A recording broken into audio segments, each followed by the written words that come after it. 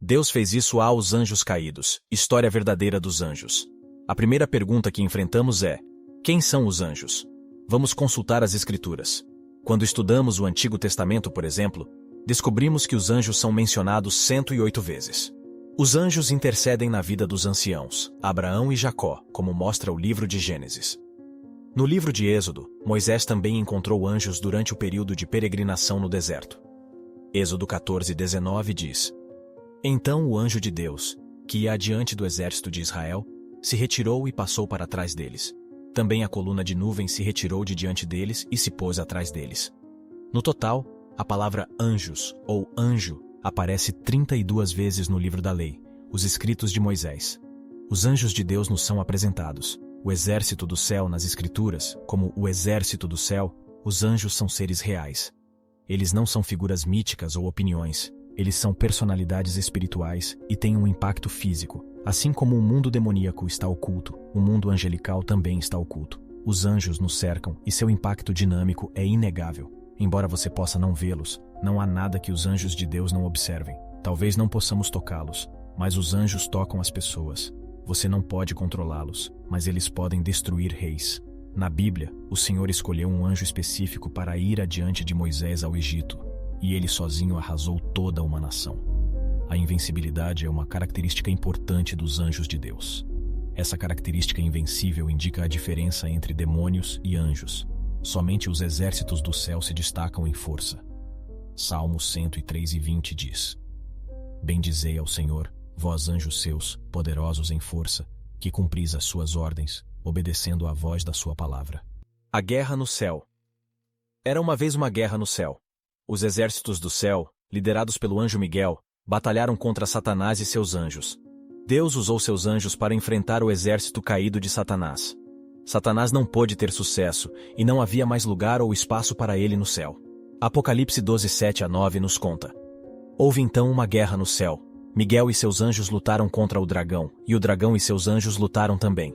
Mas eles não prevaleceram, e já não se encontrou lugar para eles no céu. E foi precipitado o grande dragão, a antiga serpente, chamado o Diabo, e Satanás, que engana todo o mundo. Ele foi precipitado na terra, e os seus anjos foram lançados com ele. Em qualquer conflito, os anjos sempre têm sucesso em eliminar a oposição completamente. No mundo, vemos que os anjos nunca falharam. Não há nada que possa surgir contra você que se compare à força que eles possuem. Eles são os guarda-costas mais benéficos dos redimidos. Além de se destacarem em força física, os anjos também brilham em inteligência. A viúva de Tocoa e a sabedoria retratada pelo rei Davi se assemelham à dos anjos. Mas meu Senhor é sábio de acordo com a sabedoria do anjo de Deus, conhecendo tudo o que está na terra. Parte 2. As categorias de anjos. Nesta parte discutimos seus nomes e posições. Os anjos possuem diferentes categorias. Nosso Senhor até usou um termo militar em relação aos anjos. Na ocasião em que Jesus estava prestes a ser capturado no jardim, Pedro pegou uma espada e tentou protegê-lo, aquele a quem ele amava. Jesus disse em Mateus 26:53: Você acha que não posso rogar a meu Pai e ele me mandaria mais de 12 legiões de anjos? A palavra legião era uma designação militar romana relacionada a cerca de 6.000 soldados. Em um sentido geral, provavelmente a maior unidade militar, usada aqui como uma expressão para descrever a grandeza do poder dos anjos. Anjos regulares. Um grupo de anjos é o que podemos chamar de anjos regulares. Na maioria das vezes em que os anjos são mencionados na Bíblia, são esses anjos, de outra forma não identificados, que estão sendo referidos. Falar de anjos comuns pode parecer contraditório, afinal, como esses seres extraordinários criados poderiam ser considerados algo rotineiro? No entanto, em certo sentido, essa designação é apropriada quando os contrastamos com as várias classes ou ordens únicas de anjos mencionadas na Bíblia. Querubins. Os querubins são a primeira ordem angelical a aparecer nas Escrituras. Eles surgem logo após a queda de Adão e Eva da graça.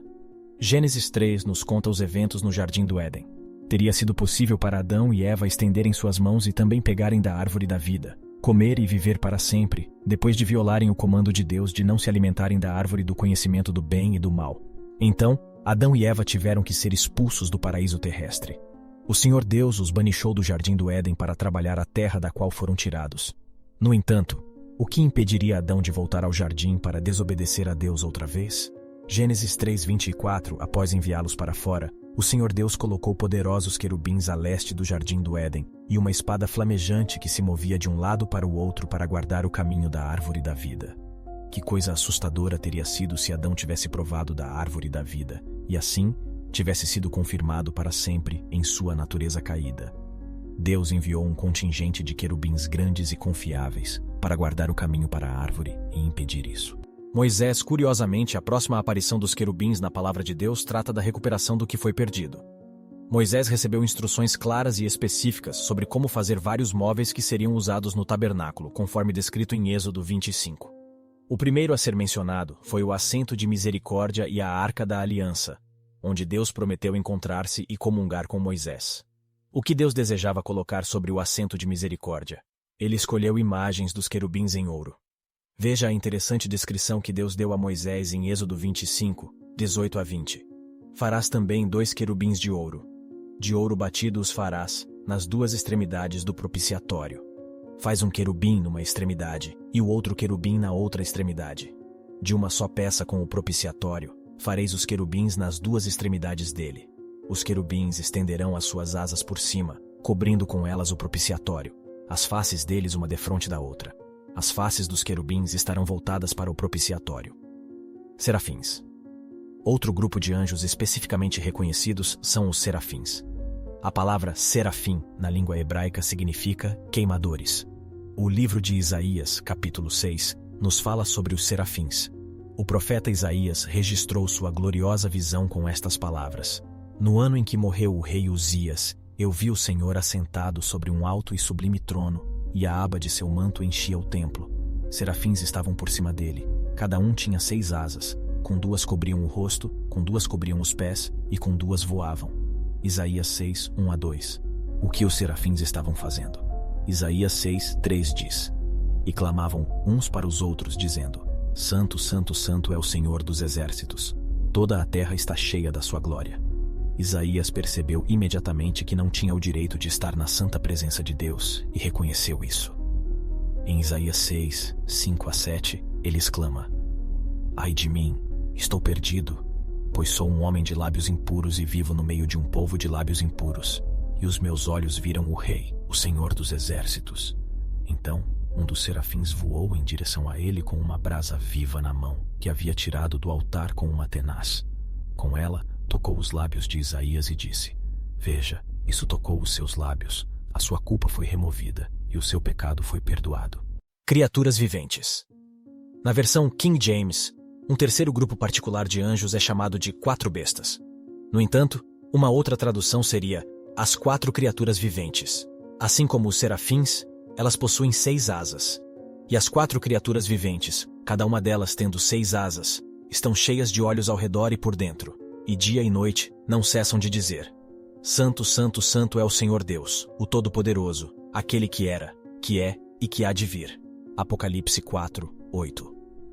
Em Apocalipse 5, 7 e 19, as criaturas viventes são retratadas em uma postura de adoração e louvor. No entanto, em Apocalipse 15, as criaturas viventes participam da derrama da ira de Deus sobre pessoas impenitentes. Miguel, outro nível angelical, é o arcanjo, uma posição ocupada por apenas um anjo no registro bíblico. A palavra arcanjo significa chefe. Então, este anjo é o mais proeminente de todos os santos anjos. O nome do arcanjo é Miguel, que significa quem é como Deus.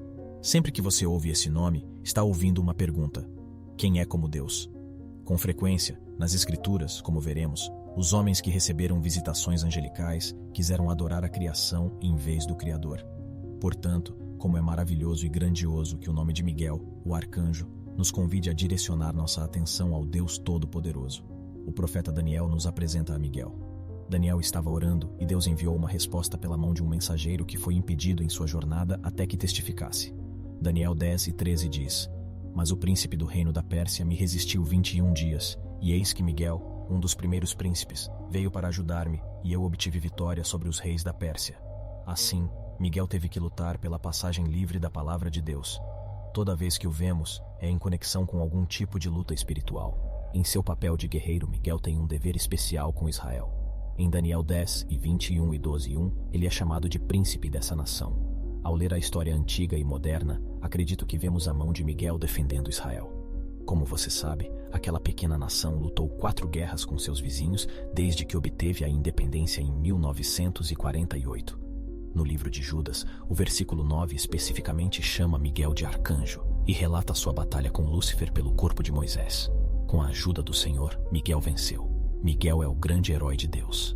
Gabriel, outro anjo cujo nome é claramente mencionado nas Escrituras, além de Lúcifer, é Gabriel. Gabriel significa poderoso de Deus. Gabriel vive de acordo com seu nome, pois realmente realiza coisas poderosas. Gabriel serve a Deus principalmente como mensageiro. Em várias ocasiões no livro de Daniel, Gabriel aparece para dar grandes revelações sobre eventos futuros, especialmente relacionados ao reino de Deus. Por exemplo, depois de uma das visões de Daniel, o profeta se perguntou sobre seu significado, e de repente, apareceu diante dele como a aparência de um homem. Daniel 8, 15 e 16 dizem: E aconteceu que, vendo eu, o Daniel, a visão, e procurando entendê-la, eis que se apresentou diante de mim como a aparência de um homem, e ouvi uma voz de homem entre as margens do Ulai, a qual gritou e disse: Gabriel, explica-lhe a visão. No Antigo Testamento, vemos o ministério de Gabriel em conexão com o reino, enquanto no Novo Testamento ele está preocupado com o rei. Na primeira ocorrência, Zacarias estava esperando diante do Senhor no templo quando, de repente, um anjo do Senhor apareceu a ele, em pé à direita do altar do incenso. Gabriel então se identifica a Zacarias.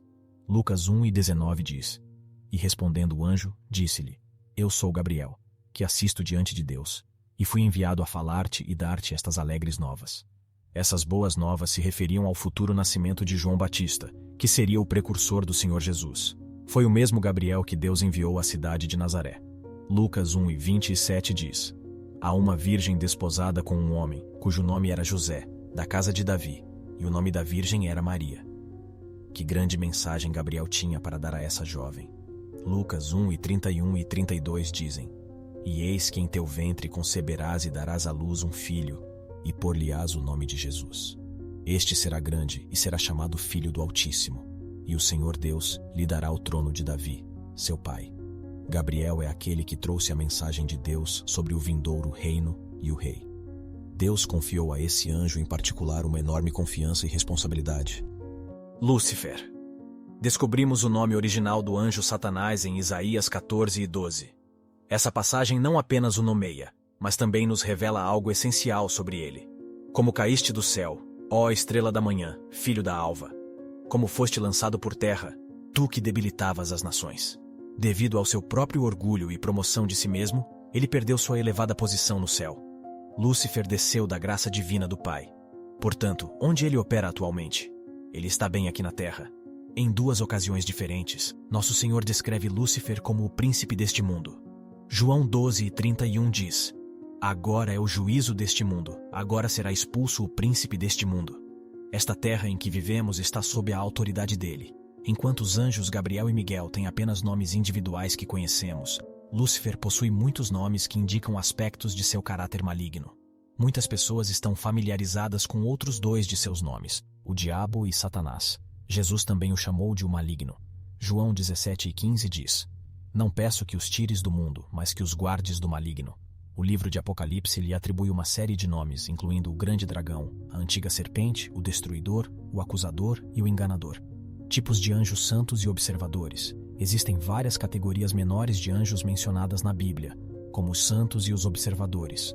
O rei babilônico Nabucodonosor declarou em Daniel 4:13: Vi numa visão noturna que, estando eu deitado, olhei, e eis que havia uma vigília, um santo, que descia do céu.